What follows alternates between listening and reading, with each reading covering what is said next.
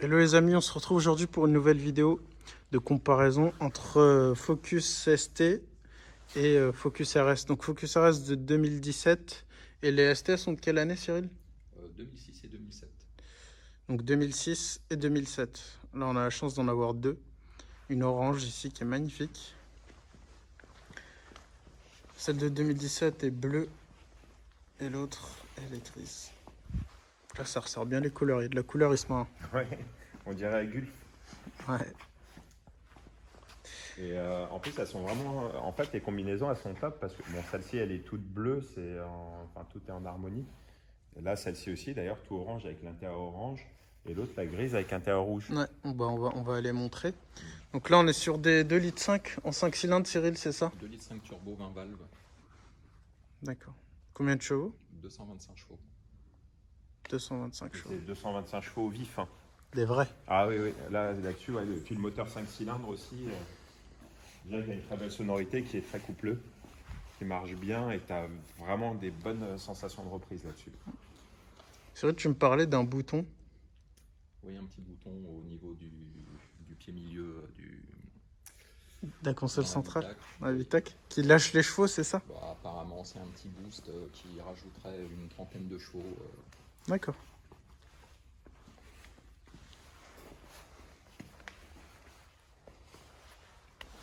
On est encore en 18 pouces, 17? 18 pouces, ouais. Ça, c'est une voiture perso de Cyril. Cyril a décidé de se faire une collection de Focus ST. Je sais pas ce qu'il lui a pris. Des fois, le patron il fait un lot de Golf 6 GTI. Toi, tu fais un lot de Focus ST. Donc, siège Recaro à l'intérieur en tissu. Ça a pris une claque quand même, l'intérieur. Ça vieillit bien, mais on sent que le tissu est encore en bon état, l'intérieur est en bon état. Le poste Sony, c'était une option, je crois. Oui. Bah, la sono sur la bleue, c'est Sony aussi. Ouais. Avec les manomètres.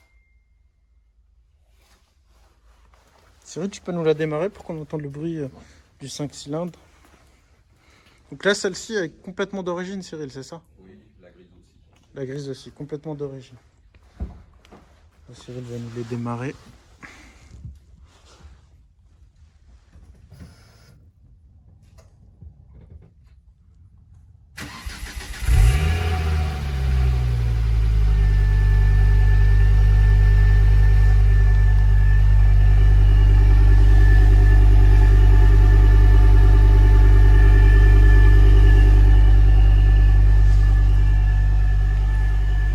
Chante bien, hein?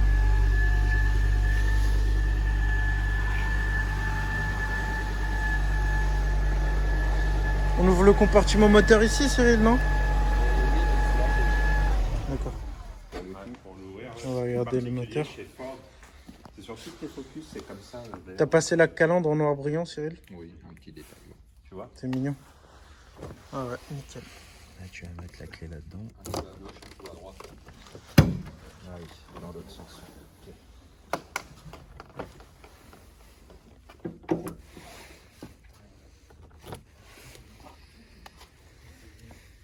Veratech.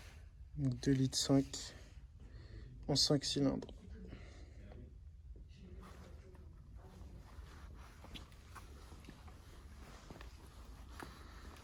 Et après ici on est passé en 2,3 litres.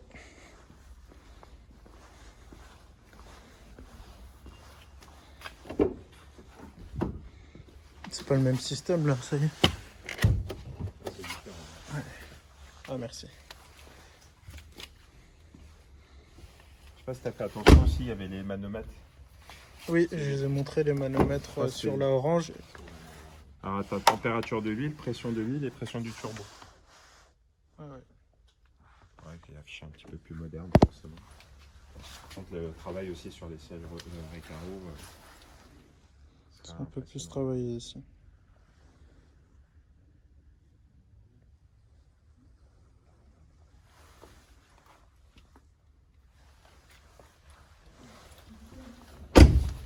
Avec les étriers bleus, c'est magnifique. En Brembo.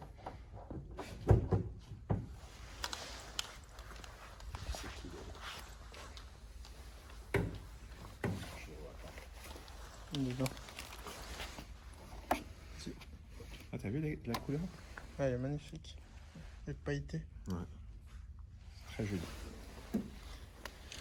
Donc celle-ci a une prépa. Elle fait 410 chevaux. Moontune, prépa anglaise.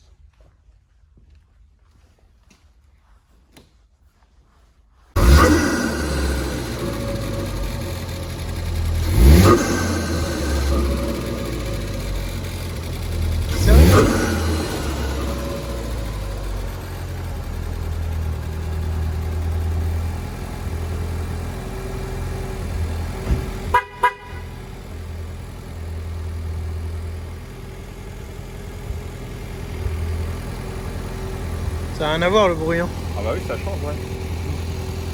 L'échappement qui est dessus, là, sur celle-ci, il a été modifié ou c'est celui d'origine?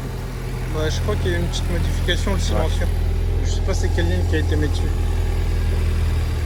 Là, on retrouve un peu de carbone sur celle-là.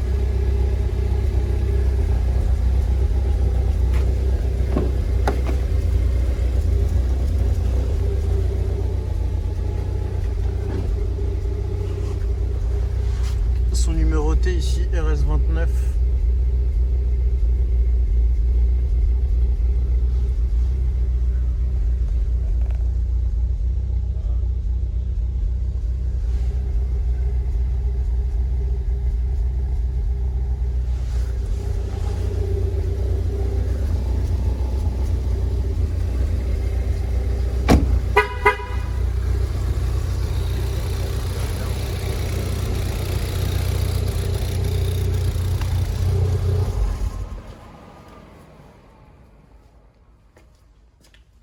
En fait, c'est un moteur qui est d'origine Volvo à la base et qui a été revu et corrigé par le département Ford Team RS. Ils ont revu toute la partie injection. Il y a eu le calage de l'admission a été revu. Il y a eu un turbo plus gros pour augmenter la pression de turbo. Enfin, il y a eu pas mal de choses de revues et corrigées pour optimiser le rendement du moteur et le rendre plus disponible sur toute la plage d'utilisation. Les trains roulants également avec des barres stabilisatrices. Donc sur celle-là, hein, les anciennes versions Oui, les 2005. anciennes ST, oui.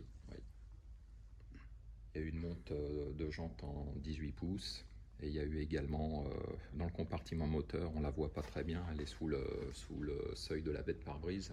Mais en fait, il y a comme une barre anti-rapprochement pour rigidifier le châssis. Enfin, elle n'a plus trop rien à voir avec la Focus de base. Et un gros travail. T'as vu, les jantes, elles sont très jolies.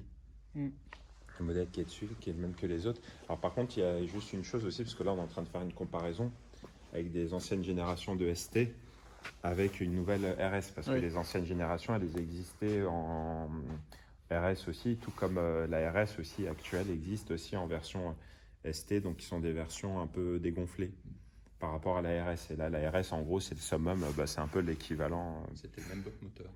Ouais, après là, c'est le même bloc moteur. En fait, j'allais faire une comparaison avec la S3 et la RS3, mais non, même pas, parce que sur la RS3, c'est un autre moteur, alors que là, sur ST ou RS, on a un écart au niveau de la puissance du moteur, mais on reste effectivement sur le même moteur, pardon.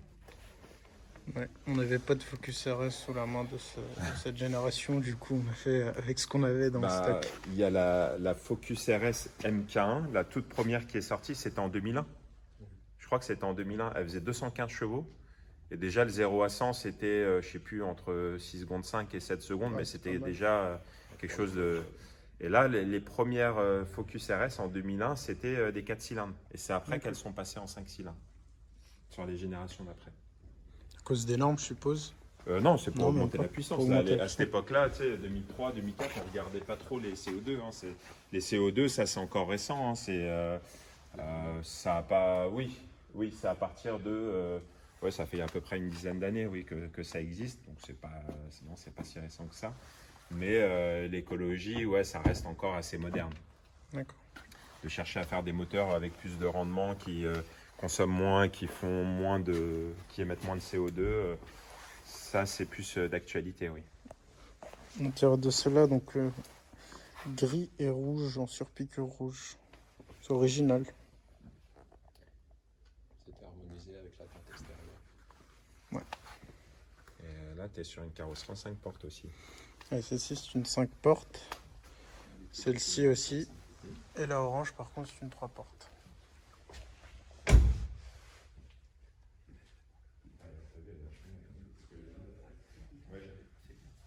En fait, on l'a remarqué tout à l'heure en mettant le flash aussi.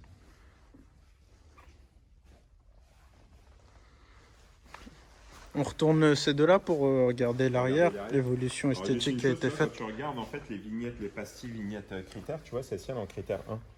T'as vu les coques de rétro aussi en Ouais, carbone? une ouais, Huracan tu aussi, c'est critère 1, Ouais. Isma. En fait, il faut savoir que les critères 1, ils ne les regardent pas par rapport aux émissions de CO2, taille de moteur ou quoi que ce soit. À partir du moment où c'est un moteur essence injection et qu'il est en Euro 5 sur la carte grise, donc à partir de Euro 5, Ouais. c'est d'office critère 1. D'accord. Voilà. Que ce soit le plus gros moteur, les AMG, etc. Bah, tu vois, la AMG qui est là-bas, pareil, moteur injection essence. À partir de là, Critère tu es en 1. critère 1. Donc quand elle sera en image C'est en française, selon, puisqu'elle quand est en même. import, elle sera en critère 1. Pareil comme les autres aussi d'ailleurs. Non, showroom, bah, c'est coloré là. Là, c'est United Donc, Color. du bleu, orange, gris mat, bleu, moutarde, gris, noir. Là-bas, il y a une GTI rouge aussi avec la barre jaune.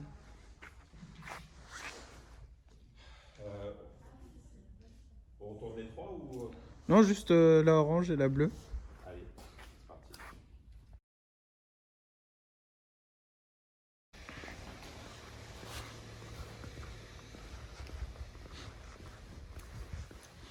La coupe de la voiture est toujours assez ressemblante. Mais après, au niveau de l'arrière, les feux ont vachement changé. On retrouve toujours les deux pots d'échappement à l'arrière. Bon, l'aileron sur la RS forcément est plus gros. Mais l'esprit est toujours le même. Hein. Je sais pas ce que t'en penses. Toi. Alors après, il y a quand même un beau diffuseur avec des échappements. Des Oui, plus gros, oui. Par rapport à celle-ci. Mm. Ouais, enfin après, ça change pas mal quand même. Hein.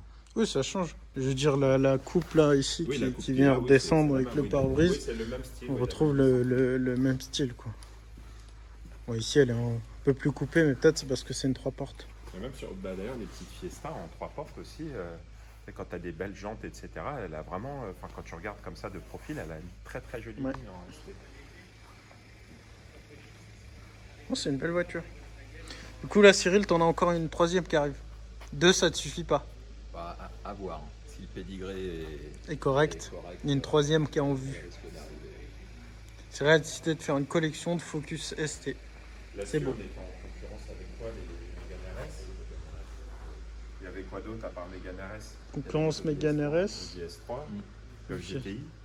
Le GTI aussi, mais bon, c'était du 2 litres turbo. On n'était pas en 5 cylindres. Ah, chez Opel aussi, il y avait les Astra Opel, OPC. les OPC, ouais. OPC, en fait, elle est de quelle année celle-là déjà, Cyril? Rappelle-moi. 2007. 2007, bah ouais, tu avais l'Astra OPC en 2007, elle venait juste de changer parce qu'en 2006, avant, tu avais la. Ah, je sais plus combien de chevaux elle faisait les premières. C'était 200 chevaux, c'était un 2 litres turbo 200 chevaux. Et après, en 2 litres 7 sur les Astra H, elles sont passées en 240 chevaux, toujours en 4 cylindres, avec des sièges Recaro bien enveloppants. Mais là, l'avantage là-dessus, c'est que tu l'avais en 5 cylindres. Mm. D'ailleurs, il y a Fiat aussi, il y avait la Fiat qui avait sorti en Abarth. La Fiat Stylo à barre. Ouais. Stylo T'en as Abarth en une 5 aussi cylindres. d'ailleurs. J'en ai une aussi. Quelle couleur? En jaune. Jaune. Donc Cyril aime bien les couleurs. Par contre, le béquet là, sur celle-ci, il est vraiment très joli. Hein. Ah, elle est jolie. Ouais. Celle-ci, Ouais. elle est plus méchante que- Oui, ça ressort mieux. Hein. Ah, la couleur est vraiment jolie. Hein. Je sais pas si vous voyez les reflets à pailletés. C'est sympa. Qui est vite teinté derrière. Un bon coffre. On sent qu'il est lourd. Derrière, il travaille. Caisson de basse Sony. Ah, celle-ci, elle avait un système audio. Ouais. Sony, ouais. Les compresseurs. Et le coffre de celle-là s'ouvre. Tiens, c'est lourd, hein. Ouais, tu sens. Ah, et un peu plus de coffre ici, plus de profondeur. Ouais, et plus profond. Ouais. Je pense que c'est la barre, l'enceinte là qui est en dessous, qui prend de la place. Oh non, il n'y a rien. Tu l'as pas. Elle est à l'extérieur? Elle est en dessous, oui. Ouais. C'est ouf. Ah, d'ailleurs, quand c'est comme ça. La roue de secours, elle est en dessous. Non, c'est là-bas. C'est là-bas parce qu'il y a la gamelle.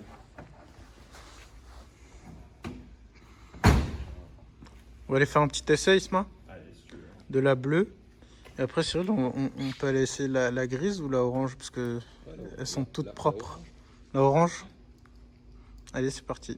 On part en essai avec la bleue, là. C'est parti. Ouais, c'est parti pour un essai donc dans la Focus RS de 2017. Isma, toi, tu l'as déjà essayé, donc tu sais comment elle marche. Oui. Puis elle est passée sur la chaîne d'Akram, donc celle-là, elle a vraiment le diable. Donc là, tu as les modes de conduite. Pommeau de vitesse, tu as vu au-dessus en carbone, c'est très joli. Les coupes de rétro aussi en carbone. Ouais. Bon, donc le manomètre de pression avec la température, etc. On va laisser monter la voiture en température tranquillement.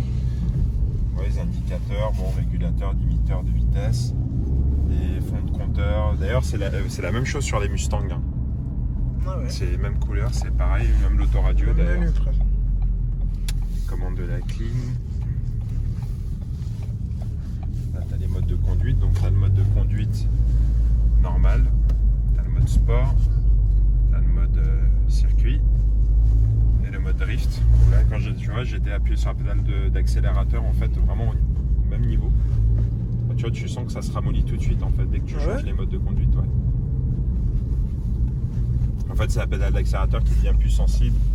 Il y a un temps de réponse qui est plus rapide. Pareil, le volant aussi en termes de châssis, etc. Un anti-patinage qui se déconnecte aussi. Bah pour drifter, oui. Ouais.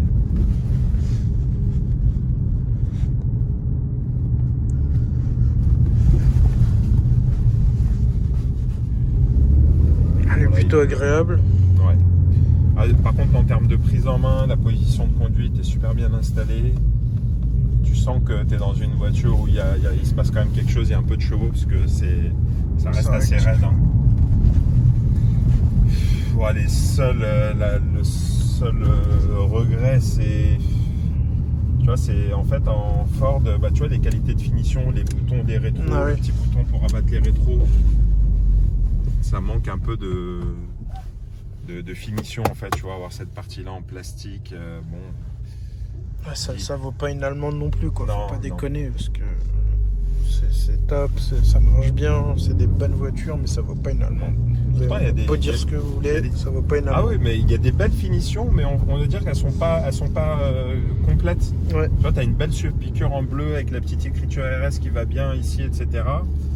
Tu as des petites surpiqûres là, mais là tu as le plastique qui va mal. Tu vois, tu as les surpiqûres là en bleu, avec le pommeau de vitesse qui est bien habillé. Tu vois, les surpiqûres en bleu, ici aussi pareil. Mais bon, bah, tu as les plastiques et les matériaux qui sont là, qui sont pas en adéquation avec le reste. En fait, c'est ça qui est dommage. C'est le seul truc. Faut voir sur le long terme. Ouais, ça reste une bonne voiture. Si, ça doit bien vieillir, parce que les anciennes, après, les nouvelles, ça va être qu'une amélioration des anciennes. Les anciennes ont pas trop mal vieilli. Maintenant, je pense pas que ça sera pire sur le long terme. Ça m'étonnerait en tout cas. Mais c'est vrai que c'est dommage qu'il n'y ait pas eu un petit peu plus de boulot par rapport à ça. Ouais, exact. Bon, là, on est sur du mouillé, donc je ne vais pas attaquer très très fort quand même, mais on sent quand même qu'il y a une excellente adhérence. Par contre, il y a un bruit du moteur qui est absolument magnifique. Ça fait un beau bruit. Il y a alors, juste le pop qui est il est poussé là. insupportable. Ouais.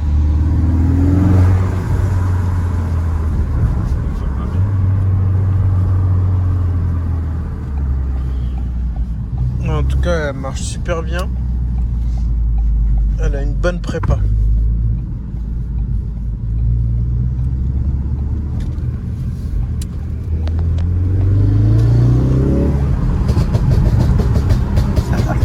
C'est impressionnant quand même. Ça s'arrête jamais. Ça s'arrête jamais. Non mais attends, mais parce que là, en plus, on est à l'intérieur, c'est assez bien insonorisé, mais à l'extérieur, ça doit être n'importe quoi. À l'extérieur, j'ai pas entendu, mais ça doit être n'importe quoi.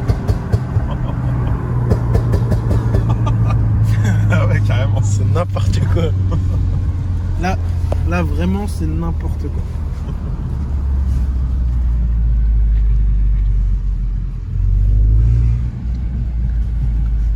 Bon voilà, c'est agréable, c'est au goût du jour, on a les commandes au volant, il y a le GPS, il y a l'Apple CarPlay, ça peut se conduire en daily.